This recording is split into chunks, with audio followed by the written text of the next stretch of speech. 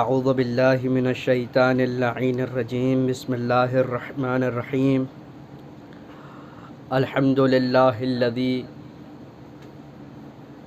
ہدانا لہذا وما كنا لنہتدی لولا ان ہدانا اللہ الصلاة والسلام علی النبی الامی المکی الہاشمی الابتح التہامی مولانا و مولو الثقلین جد الحسنین بالقاسم مصطفیٰ محمد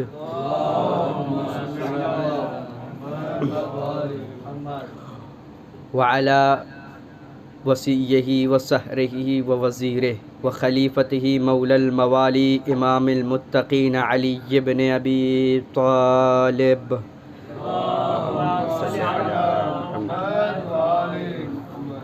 وعلى إطرته المظلومين المعصومين المنتجبين المنتخبين المقربين بطرف البلاء المقصوصين بتحف العناء اللهم إنا نسألك أن يوفقنا العزاء الشهيد على مقتول التريد صاحب الدمعة الساكبة وذي المصيبة الراتبة الذي بكت عليه البحار بأمواجها والسماوات بأركانها والأشجار بأغصانها والأرض بأرجائها مولانا مولو الكونين ريحان رسول الثقلين أبي عبد الله الحسين عليه الصلاة والسلام الذي قال في حقه النبي الإنس والجن من بكى على الحسين أو أبكى أو تباكى فله الجنة صلوات پر محمد وعلى محمد اللهم صل على محمد واللعنة الدائمة الباقية على أعدائهم وحقوق غاصبهم ومنكر فضائلهم وعصمتهم وطهارتهم واللعنة الدائمة على المنحرفين فيهم والشاكين فيهم أما بعد فقد قال الله تبارك وتعالى في كتابه الكريم بسم الله الرحمن الرحيم بل عباد مكرمون لا يسبقونه بالقول وبأمره يعملون صلوات پڑھیں محمد وعلى محمد کی عظمت پر اللهم صل على محمد وآل محمد۔ ایک سورہ فاتحہ کی گزارش ہے مرحوم بیاد علی رجب علی کھیم جی اور ان کی فیملی کے لیے اور ابراہیم لدھا فیملی اور ان کے تمام مرحومین کے لیے ایک سورہ فاتحہ کی گزارش ہے۔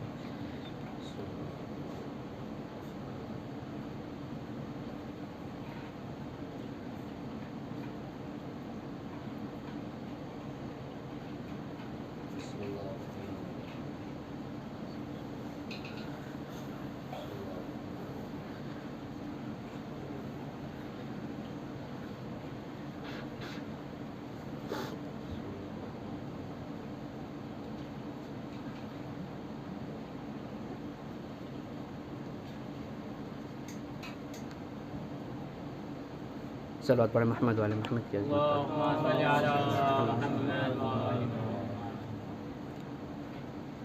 طلاب ذوی الاحترام، عزیز سامعین، افاضلہ، میں نے جس آیہ کریمہ کو آپ کے سامنے پڑھنے کا شرف حاصل کیا سورہ انبیاء کی 23 نمبر کی آیت ہے غالباً۔ اس میں اللہ ایک صفت بتا رہا ہے۔ اگر آپ آیت پہ غور کریں، اگر آیت کا تجزیہ تحلیل کیا جائے تو اللہ کہہ رہا ہے کہ بل عباد مکرمون، اللہ کے جو بندے ہیں وہ اللہ کے نزدیک مکرم ہیں۔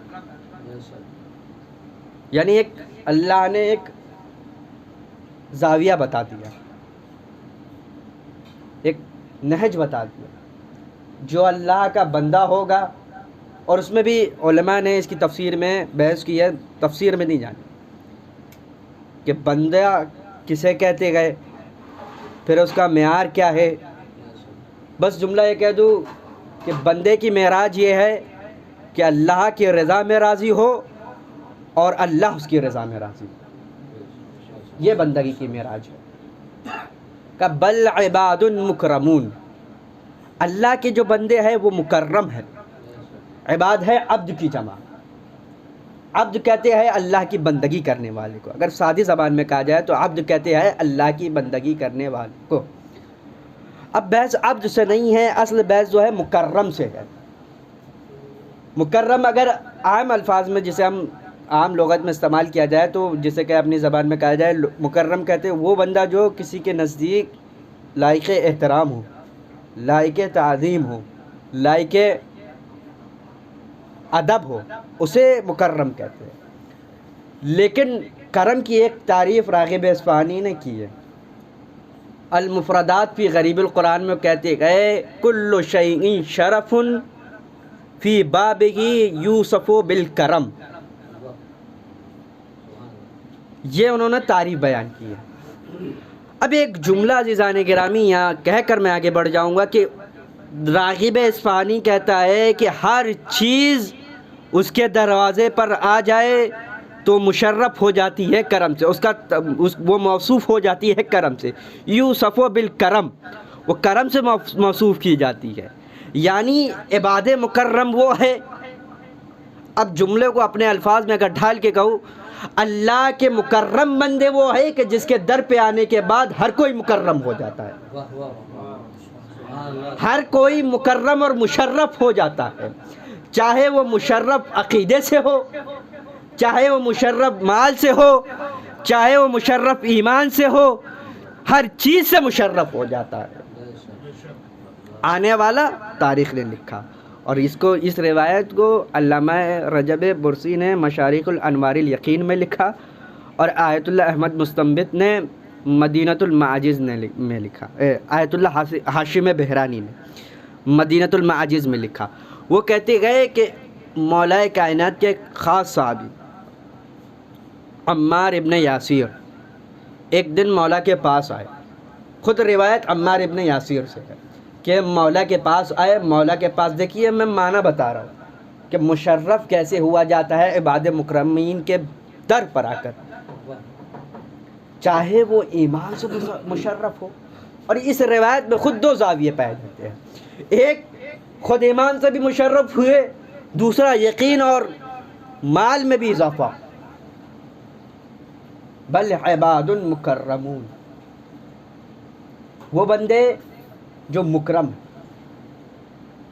خود اللہ کہہ رہے ہیں، اور خود آپ دیکھیں گے زیارت جامعہ کبیرہ میں یہ جملہ آیا ہے وعبادی المکرمین،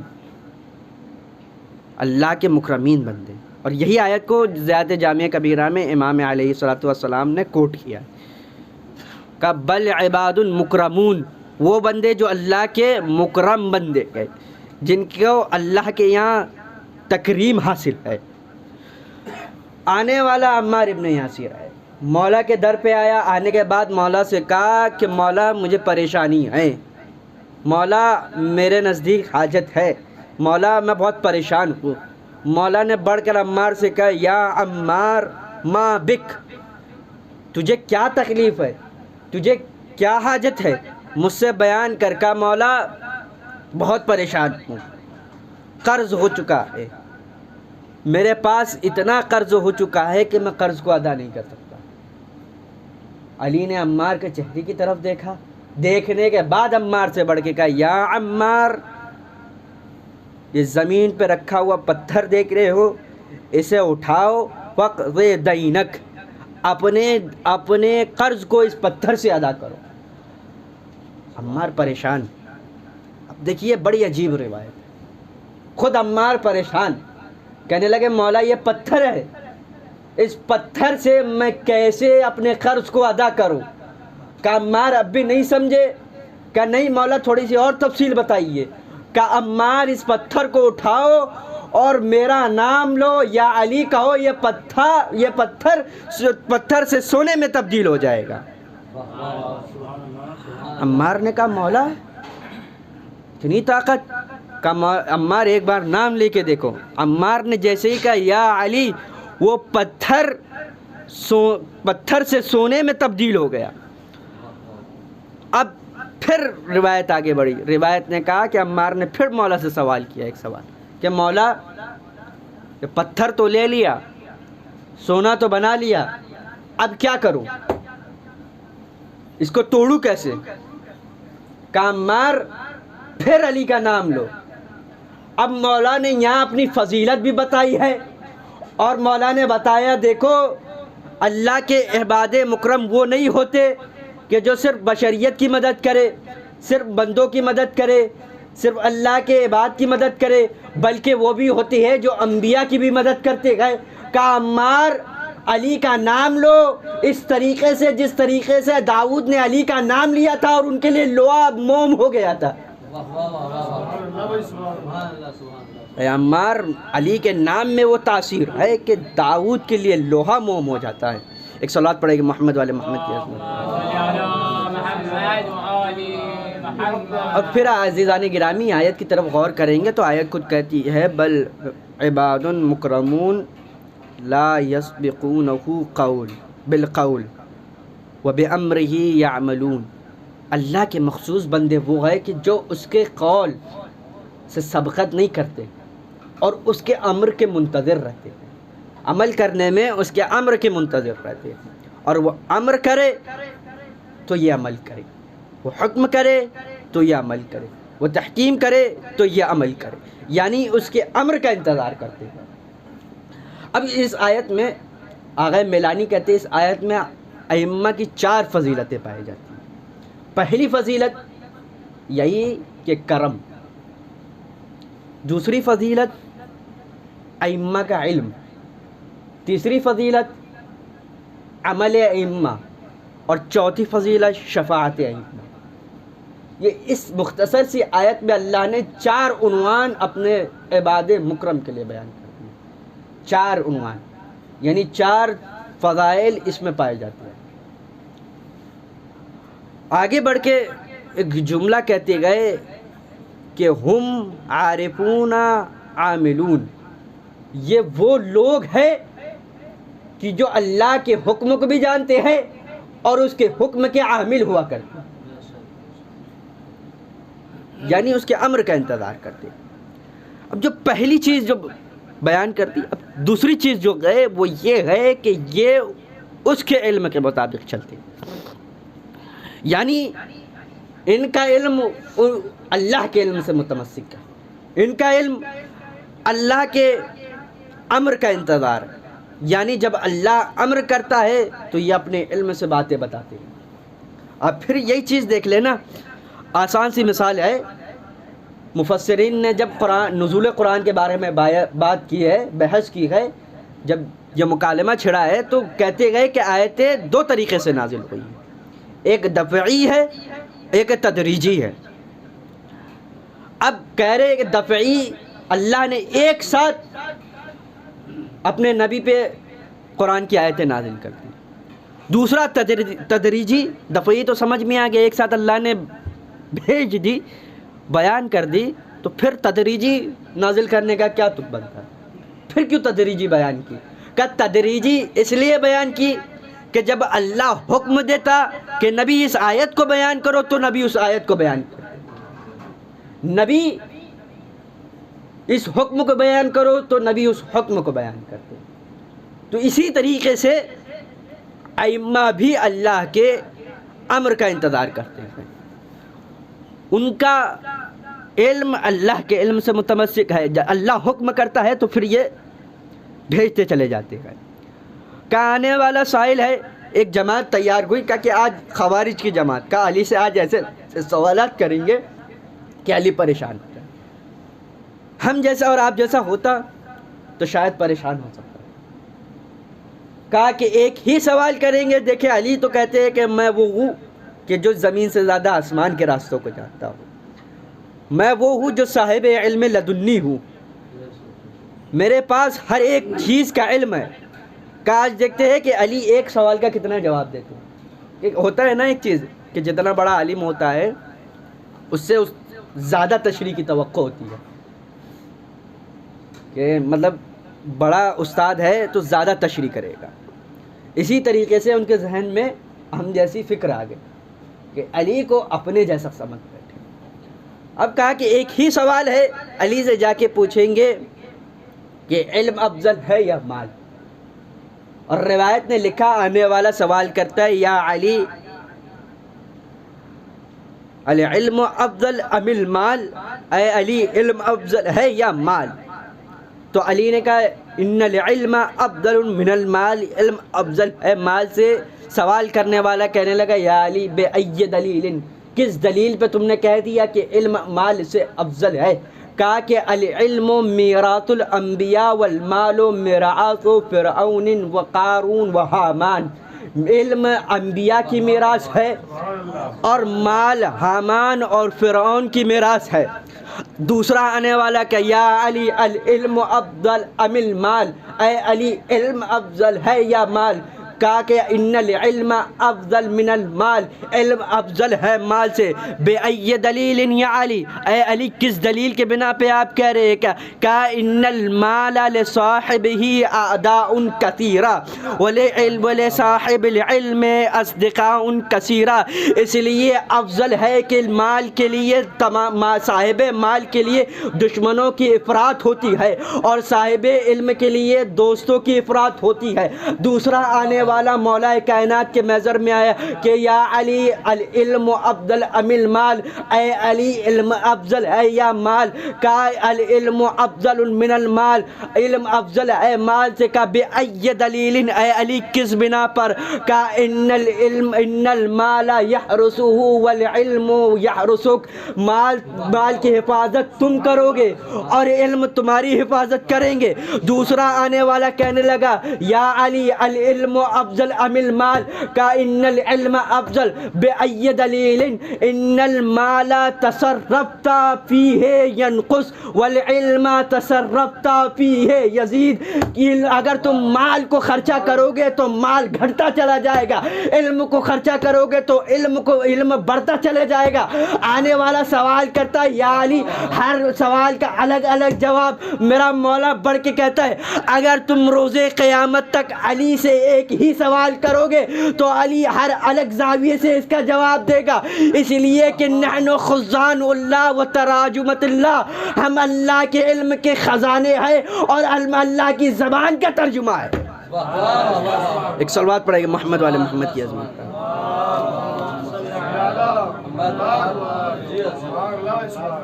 ان کا علم اللہ سے متمسک ہوتا ہے، جب یہ بولتے ہیں تو اللہ کی باتوں کا ترجمہ کرتے، یہ بولتے ہیں تو وحی کا ترجمہ کرتے ہیں، یہ بولتے ہیں تو لسان وحی میں بولتے ہیں، یہ اللہ سے متمسک ہوتے ہیں۔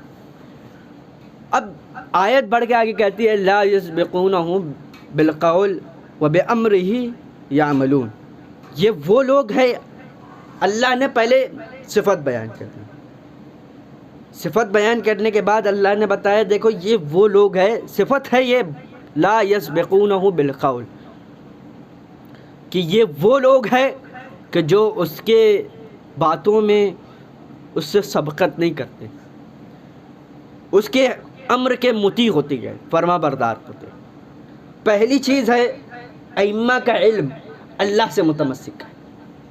دوسرا جو باب بانا ہے سید میلانی نے، وہ بانا ہے ائمہ کا عمل، عمل ائمہ خدا کی طرف سے ہے۔ اب کہنے کا مطلب کیا ہے عمل ائمہ خدا کی طرف سے ہے؟ کیا مطلب ہے اس کا؟ یعنی وَبِأَمْرِهِ، اس آیت کی طرف انہوں نے اشارہ کیا، یعنی وہ اس کے امر کے منتظر ہوتے ہیں، انتظار اس کے امر کا کرتے ہیں۔ وہ جب امر کرتا ہے تو یہ عمل کرتے ہیں، جب وہ کہتا ہے، اب جملے کو اور آسان کر دوں، وہ بے امر ہی کی تشریح ہے کہ وہ امر کرتا ہے تو یہ عمل کرتے ہیں، اس کا امر ہوتا ہے تو ان کا عمل ہوتا ہے۔ اب اسی کو آسان جملے میں کہہ دوں کہ یہ خدا کے امر کے مظہر ہے۔ جب اللہ مظہرین لامر، یہ اللہ کے امر کے مظہر، یعنی اللہ حکم کرتا ہے اس کے امر کو اظہار میں اہل بیت لاتے ہیں۔ اب یہ ایک اعتراض آتا ہے، شرک کا شائبہ جو پیدا کرتے ہیں لوگ، اعتراض کرتے ہیں کہ کیسے ہو سکتا ہے کہ خدا کا کام بندے انجام دے، خدا کا کام وہ لوگ انجام دے جو زمین پر رہتے ہیں۔ یہ مخالفین کے شبہات جو ذہنوں میں ڈالے جاتے ہیں، مخالفین کے جو ابھی نئے ذہن ہوا کرتے گئے، کہ وہ لوگ کیسے اللہ کے امر کا مظہر ہوتے گئے کہ جو زمین پہ رہتے گئے. یہ تو شرک ہو گیا. اللہ اپنے کاموں میں خود مختار ہے.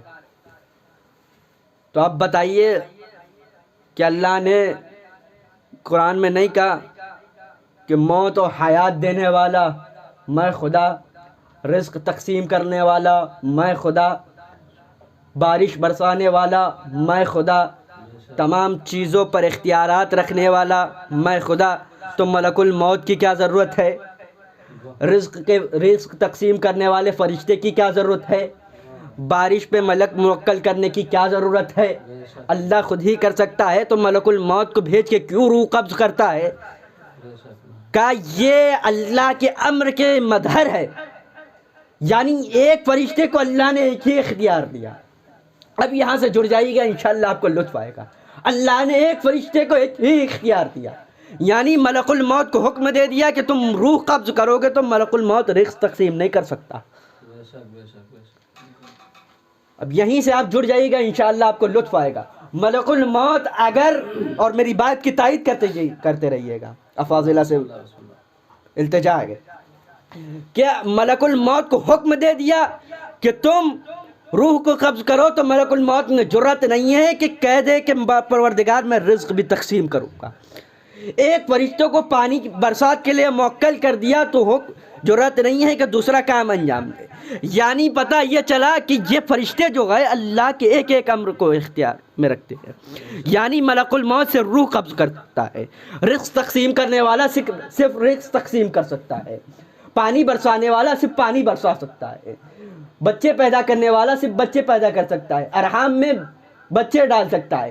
اللہ نے اس طریقے سے ہر ایک طریقے سے ایک ایک فرشتے کو، ایک ایک ملک کو موکل کر دیا ایک ایک امر پر. لیکن اگر اللہ کے تمام امر کا مظہر دیکھنا ہو، اللہ کے تمام افعال کا مظہر دیکھنا ہو تو اہل بیت کی ذات ہے.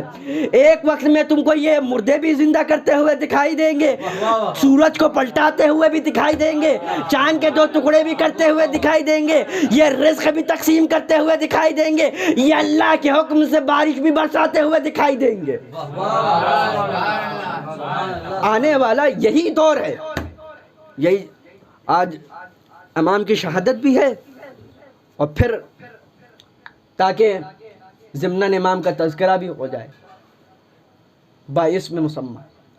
یہ وہ ہے کہ جو اللہ کے امر کا مظہر ہے، اللہ کے افعال کا مظہر ہے. یہ وہ لوگ ہیں کہ جو اللہ کے مطیع و فرما بردار ہیں. اب بادشاہ نے چاہا کہ امام کو، میں ممبر سے نام لینا مناسب نہیں سمجھتا، اس وجہ سے ان لوگوں کا نام نہیں لیتا، کیونکہ ممبر کے عدم تقدس کا ان کا نام لینا ممبر کے تقدس کو پامال کرنا. آنے والا مولا کے دربار میں آیا، بادشاہ وقت ہے، حاکم ہے، کہا کہ چلے آج کئی دنوں سے ملک میں قحط پڑ چکا ہے، بارش نہیں ہو رہی، نہ کوئی آثار ہے. اب ایک طرف امام کو لیا، دوسری طرف عیسائی علماء کو لیا. اب امام چلے، امام نے پہلی شرط رکھی، پہلے یہ دعا کریں گے پھر میں دعا کروں گا. اب جیسے ہی ان لوگوں نے آسمان میں ہاتھ اٹھایا، دعا کی، آسمان کی طرف ہاتھ اٹھایا، دعا کی، دعا کرنے کے بعد آسمان سے پانی برسا. امام نے بڑھ کے سوال کیا کہ یہ تمہاری دعا سے ہوا؟ کہا ہاں ہماری دعا سے. کہ تمہارے پاس کوئی ایسی چیز نہیں ہے کہ جو مکرم ہے جس کی وجہ سے یہ دعا قبول ہوئی ہو؟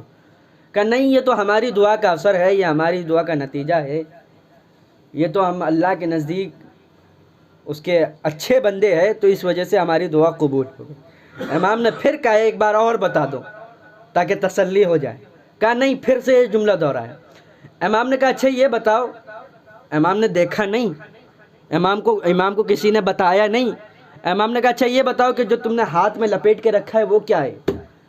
اب یہ ڈر گئے، ڈرنے کے بعد کہا کہ کچھ نہیں ہے، کہا ان کے ہاتھوں کو کھولا جائے۔ اب جیسے ہی ان کے ہاتھوں کو کھولا گیا، امام نے بڑھ کے کہا ان کی دعا مستجاب بارگاہ الہی میں اس ہڈی کی وجہ سے قبول ہو رہی تھی، کیونکہ یہ ہڈی کسی نبی معصوم کی ہے، اس وجہ سے ان کی دعا بارگاہ الہی میں قبول و مستجاب ہو رہی تھی۔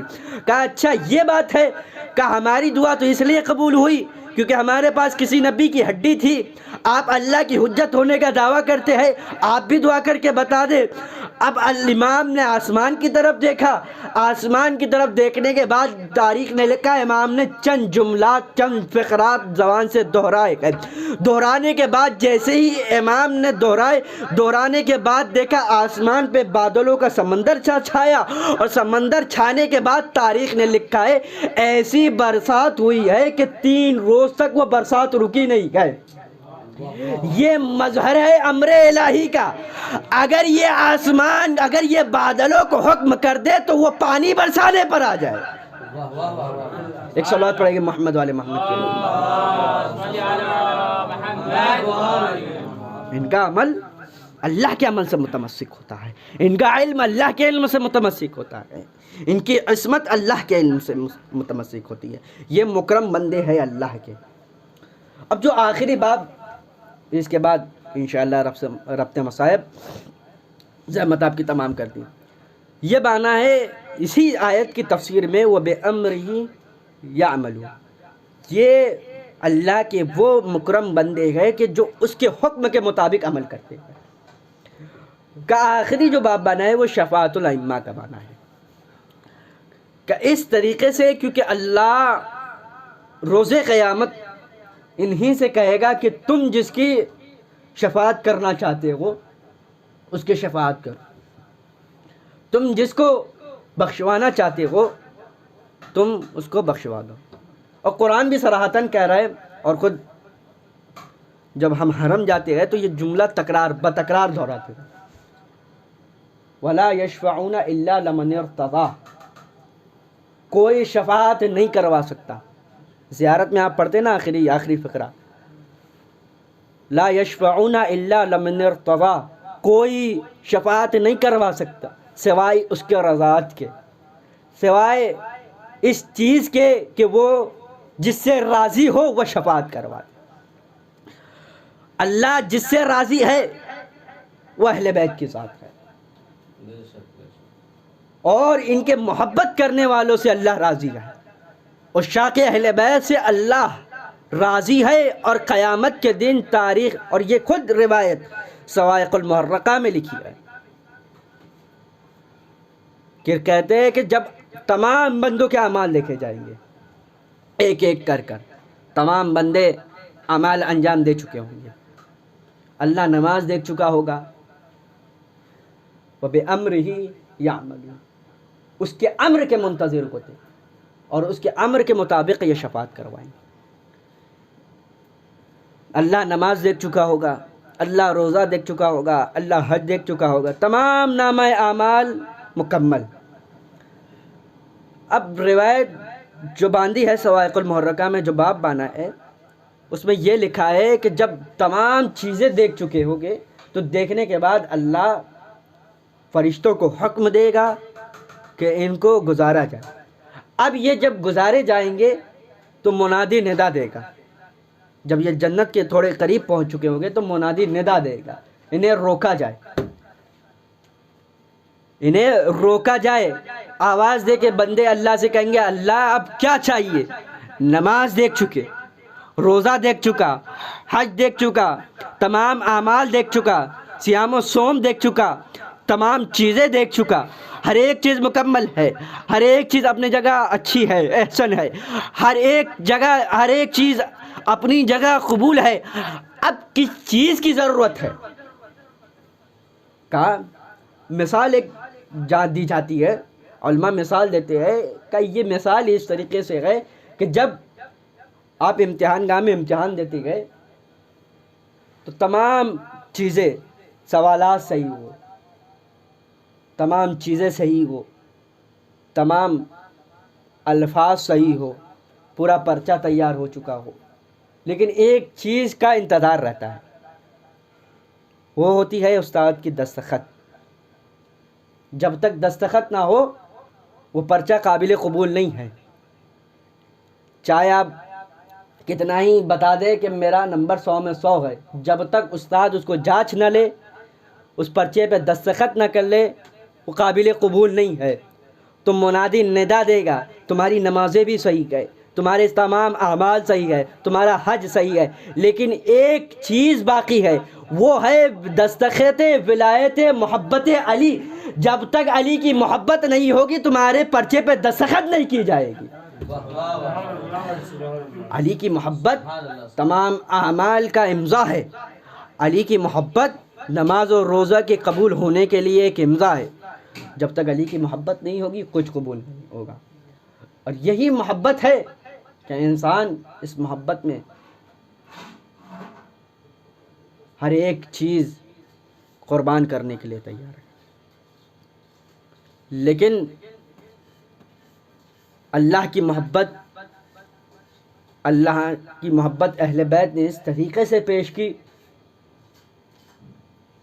کہ بتایا دیکھو کہ اللہ کی محبت میں ہم نے جو کچھ کھویا ہے اس طریقے سے پایا بھی ہے. اگر ہمارے گھر لٹے، ہماری مائیں بہنیں عریا ہوئی، تو ہمیں ایک ایسا امتیاز ملا کہ ابد الآباد تک ہمارا نام لوح عرش پر موسوم ہوگا. عزیزان گرامی، بس آپ کی زحمت تمام کی، زیادہ طویل نہیں کرنا ہے. بس آج جس امام کی شہادت ہے، آج وقت کے امام کے محضر میں ان کے بابا کا پرسہ پیش کرنا ہے. بڑا سخت مرحلہ ہوتا ہے عزیزان گرامی. جب ظالم بادشاہ نے امام کو زہر دیا تو زہر دینے کے بعد اب جب امام شہید ہو چکے، تاریخ نے لکھا ہے کہ امام نے امام کی نماز جنازہ پڑھائی، امام کو غسل دیا اور امام کو کفن دیا. ہائے عزیزان گرامی، امام کی بارگاہ میں ہاتھ جوڑ کے کہوں گا، مولا آپ نے اپنے بابا کو بڑے اہتمام کے ساتھ غسل بھی دیا ہے، کفن بھی دیا ہے اور نماز جنازہ بھی پڑھائی ہے اور مولا کو دفن بھی کر دیا ہے، لیکن ہائے مولا آپ اتنے کم سن ہونے کے بعد اپنے بابا کے ہر ایک کام کو اتنے اہتمام کے ساتھ کر سکے. لیکن ہائے وہ کربلا کا مرحلہ ہے، آپ کے جد امجد، آپ کے جد نامدار امام سجاد ہے. ہائے امام ابھی اس حالت میں ہے کہ امام دیکھ رہے ہیں کہ میرے بابا کا جنازہ، میرے بابا کا لاشا کربلا کی تپتی ہوئی ریت پہ پڑا ہوا ہے، نہ کوئی کفن دینے والا ہے، نہ کوئی دفن کرنے والا ہے. ہائے ہاتھوں میں بیڑیا ہے. ہائے امام سجاد اپنے بابا کو نہ غسل دے سکتے ہیں نہ کفن دے سکتے ہیں. ہائے حسین کی غریبی ہے کہ مقتل نے لکھا ہے کہ جب 11 محرم ہوئی، ہائے ظالم نے حکم دیا، دینے کے بعد حکم دیا کہ تمام لاشوں پر گھوڑے کو گھمائے جائے. ہائے عزیزان گرامی، جناب سید سجاد اپنی آنکھوں سے دیکھ رہے گئے کہ تمام لاشوں پر گھوڑے پھرائے جا رہے گئے. ہائے قیدی بیٹا ہے، کیسے بابا کو تعزیت دے. ہائے تاریخ نے لکھا ہے جیسے ہی 11 محرم ہوئی ہے نا تو امام آئے، بابا کے لاشے پہ آنے کے بعد گریہ ازاری کیا، بابا کے لاشے کو اہتمام کے ساتھ پھر دفن کیا.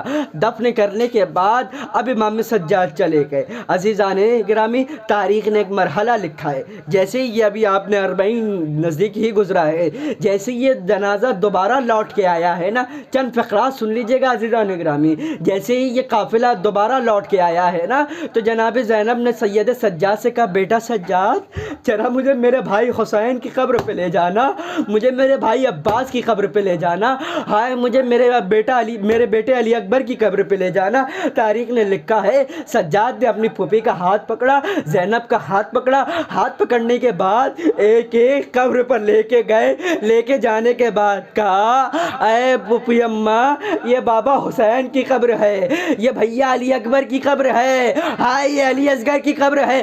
لیکن مقتل تاریخ لکھتی ہے کہ ایک قبر پہ آ کے زینب نے گر کر کہا اے بیٹا کیا یہ میرے عباس کی قبر ہے؟ کہا ہاں پوبی اماں یہ عباس کی قبر ہے۔ کہا میرے بھائی عباس کا قد و قامت تو کتنا بلند تھا؟ عبداللہ سید سجاد نے بڑھ کر کہا اے پوبی اماں کسی نے عباس کے دائیں بازو کو کاٹا، ہائے کسی نے بائیں بازو کو کاٹا، ہائے عباس کا سر قلم کر دیا گیا۔ تاریخ نے ایک جملہ لکھا ہے کہ عباس کی قبر ہائے علی اصغر کے قبر کے مانند تھی۔ ہائے یہ لوٹا ہوا قافلہ عزیزان گرامی اس کربلا کی منزل سے ہوتا ہوا ہائے جیسے ہی مدینے میں داخل ہوا، داخل ہونے کے بعد تاریخ نے لکھا ہے ایک قافلہ جیسے ہی کربلا کی جیسے ہی مدینے میں داخل ہوا کربلا کے بعد ہائے ایک شخص مدینے سے آتا ہوا دکھائی دیا۔ بس چند فقرات عزیزان گرامی دخول مدینہ کے سن لیجئے گا۔ ہائے جیسے یہ شخص ایک شخص آتا ہوا دکھائی دیا، تاریخ نے لکھا اس کا نام محمد حنفیہ تھا، علی کا بیٹا تھا۔ سنا کہ علی کے گھر والے آ رہے ہیں، اہل حرم کا قافلہ دوبارہ لوٹ کے آ رہا ہے۔ ہائے جیسے ہی یہ قافلہ جیسے قافلے کو دیکھا، ایک شخص کو آتے ہوئے محمد حنفیہ نے دیکھا۔ دیکھنے کے بعد محمد حنفیہ نے کہا اے شخص یہ بتا کہ زینب و ام کلثوم جس کا قافلہ میرے بیٹے سجاد کا قافلہ آ رہا ہے وہ قافلہ کہاں ہے؟ کہا یہ قافلہ وہی ہے۔ کہا بڑھ کے سید سجاد نے محمد حنفیہ کو گلے سے لگایا۔ لگانے کے بعد کہا اے بیٹا تم کون ہو جو مجھے گلے سے لگا رہے ہو؟ تاریخ نے جملہ لکھا ہے سید سجاد نے کہا اے چچا جان آپ نے مجھے نہیں پہچانا، میں آپ کا بیٹا سجاد ہوں۔ اے محمد حنفیہ نے سر کو پیٹا، پیٹنے کے بعد کہا اے سجاد کے بال سیاہ ہوا کرتے تھے۔ تاریخ نے لکھا کہ اے کربلا کے بعد اب سجاد میں تاب نہیں بچی، سجاد کے بال سفید ہو گئے۔ اے کربلا کے منظر نے سجاد کو ضعیف کر دیا۔ انا للہ و انا الیہ راجعون۔